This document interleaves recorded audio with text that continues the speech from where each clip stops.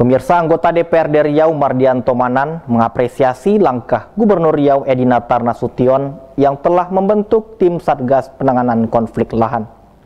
Mardianto Manan menilai penanganan konflik lahan di Provinsi Riau bisa lebih cepat dan masif pergerakannya apabila lembaga eksekutif dan legislatif bekerja sama. Sebelumnya, DPRD Riau telah membentuk panitia khusus konflik lahan yang telah menghasilkan data perusahaan bermasalah yang mesti segera diatasi Pemprov Riau, sehingga Gubri tak perlu lagi memulai pekerjaan dari nol.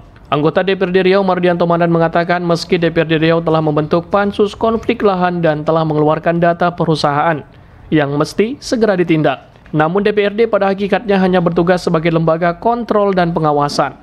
Sedangkan tugas eksekusi tersebut berada di tangan Pemprov Riau sebagai lembaga eksekutif.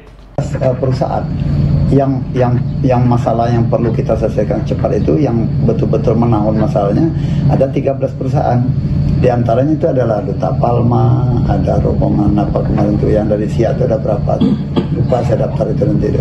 Harusnya Pak Edi Natar itu juga mengambil data itu. Kemarin saya sudah japri juga Pak Edi Natar secara pribadi, Bapak memanggil apa ini, libatkan juga kami di DPRD. Minimal mungkin hukum dan pemerintahan Komisi 1 diapakan gitu. Nah, tapi dijempolnya aja gitu. Nah, cuman pagi tadi saya di WA pula oleh Pak Edi Natar. Saya mengupload waktu saya ngamuk-ngamuk di Duta Palma di kebun itu dengan Bang Marwan turun ke lokasi. Sebenarnya foto itu foto lama. Saya upload lagi sekarang di TikTok di apa saya itu kemarin. Jadi saya kirimlah ke bawah grup-grup yang ada di Kuansing di Riau.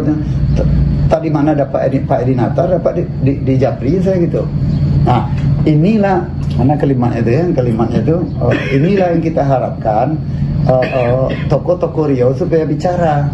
Jangan hanya menoko aja tapi tak mau bicara. Bahkan sudah kita bentuk pansus, lalu kita panggil, lalu semua kita undang, bahkan kita ke lokasi, ikut ke lokasi, dan marah-marah di lokasi. Hasil hanya keluar kita berupa rekomendasi. Mana yang baru dibubarkan, mana yang perlu direvisi, mana yang perlu dicabut izinnya. Itu ada 3 rekomendasi kemarin kita buat. Nah, rekomendasi itu kita serahkan kepada instansi terkait sampai ke Presiden lewat KSP ya, KSP Nasional itu. Saya langsung antarkan sama ke kantor staf Presiden ke Muldoko dan kawan-kawan. Kemudian serahkan pada Gubernur, serahkan pada instansi terkait, masuk ke Jagung ya, serahkan semua nanti. Nah, tapi sampai sekarang ya respon salah satu mungkin apakah berbuah karena itu Duta Palma yang diperan, yang mana akan dibubarkan, diserahkan ke PTP 5 di Inhu kan. Tapi Duta Palma yang di Kuansing tetap aja.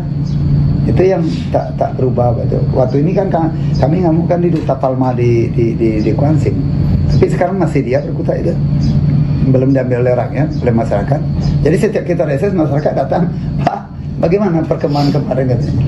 Pak, tapi kemarin kata Pak Mahfud udah di pos acara kemarin, Pak. Kemarin ya? Udah dikelola oleh negara segala macam katanya, Pak.